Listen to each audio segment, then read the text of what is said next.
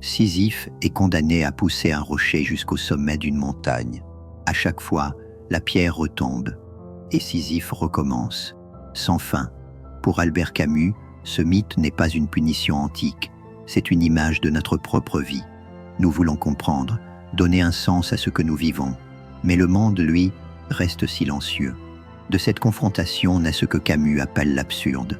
Camus commence le mythe de Sisyphe par une phrase radicale. Il n'y a qu'un problème philosophique vraiment sérieux, c'est le suicide. Non pas pour y céder, mais pour poser la vraie question. Si la vie n'a pas de sens donné d'avance, pourquoi continuer? La réponse de Camus n'est pas l'espoir, ce n'est pas non plus la résignation, c'est la lucidité. Sisyphe sait que le rocher retombera. Il ne se ment pas, il n'attend aucune récompense, mais il continue. Et dans ce refus de renoncer, Camus voit une forme de liberté, car vivre, selon lui, ce n'est pas espérer un sens futur, c'est assumer pleinement le présent.